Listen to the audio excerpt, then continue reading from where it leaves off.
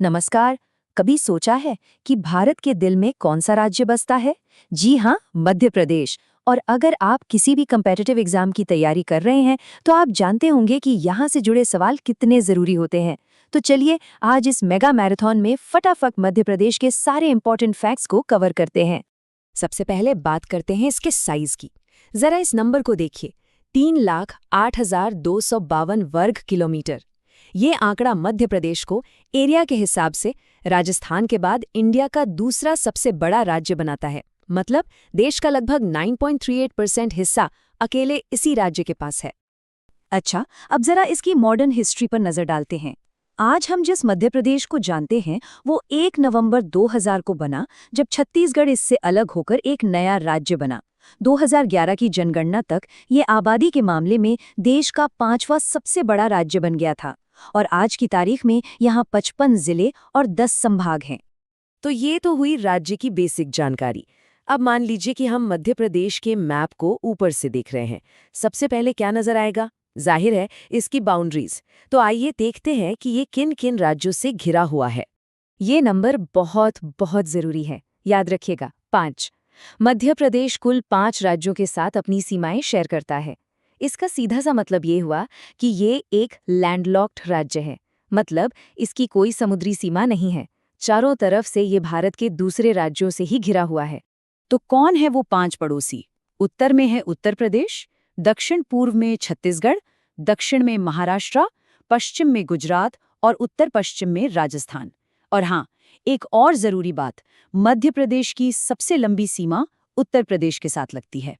ठीक है, बाउंड्रीज तो समझ ली। अब चलिए राज्य के अंदर चलते हैं और इसके जिलों से जुड़े कुछ ऐसे खास फैक्ट्स जानते हैं जो अक्सर एग्जाम्स में सीधे सीधे पूछ लिए जाते हैं।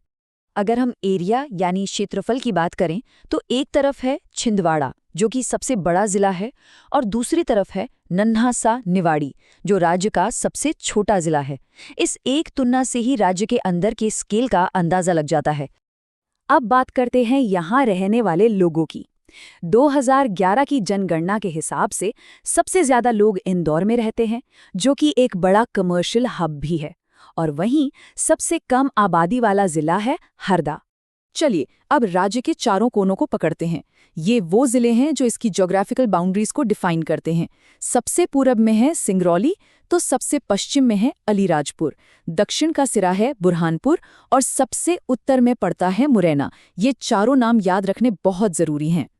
हमने राज्य की ज्योग्राफी समझ ली, अब यहाँ के लोगों को समझते हैं। आइए अब मध्य प्रदेश की आबादी, लिटरेसी और दूसरे जरूरी डेमोग्राफिक आंकड़ों पर एक नजर डालते हैं।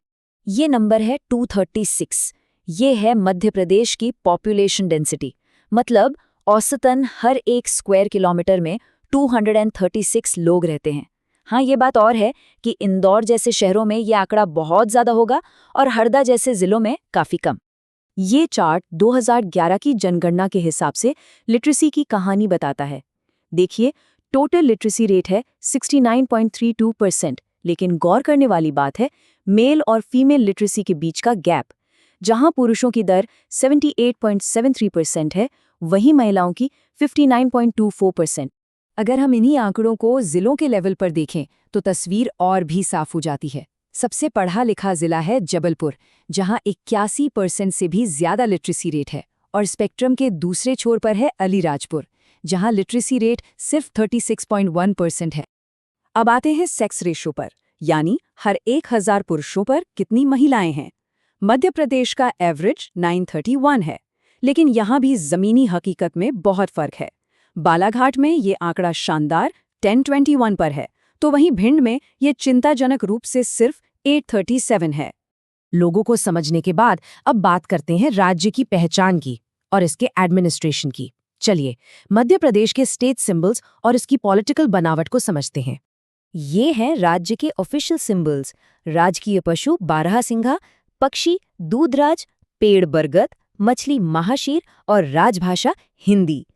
ये सभी सिंबल्स राज्य के नेचुरल और कल्चरल हेरिटेज को दिखाते हैं। अब थोड़ी पॉलिटिक्स की बात। मध्य प्रदेश की विधानसभा यानी लेजिस्लेटिव असेंबली में कुल 230 सीटें हैं। इन्हीं सीटों से विधायक चुने जाते हैं और राज्य की सरकार बनती है। अच्छा, नेशनल लेवल पर मध्य प्रदेश का क्या रोल है? तो देखिए, भारत की संसद के निचले सदन यानी लोकसभा में ये राज्य 29 सदस्य भेजता है। ये नंबर नेशनल पॉलिटिक्स में राज्य के दबदबे को दिखाता है। और संसद के ऊपरी सदन यानी राज्यसभा में मध्य प्रदेश से 11 सदस्य जाते हैं। तो ये 3 नंबर 230, 29 और 11 राज्य के पूरे पॉलिटिकल स्ट्रक्चर का खाका है। तो दोस्तों, ये थी मध्य प्रदेश की एक सुपर फास्ट यात्रा, जिसमें हमने इसके आकार, सीमाओं, जिलों और पॉलिटिकल स्ट्रक्चर से जुड़े सबसे जरूरी फैक्ट्स को समझा। अब इस जानकारी को पक्का करने के लिए आपके लिए एक सवाल। जरा याद करके बताइए, हमने किस जिले को मध्य प्रदेश का सबसे दक्षिणी जिला बताया था?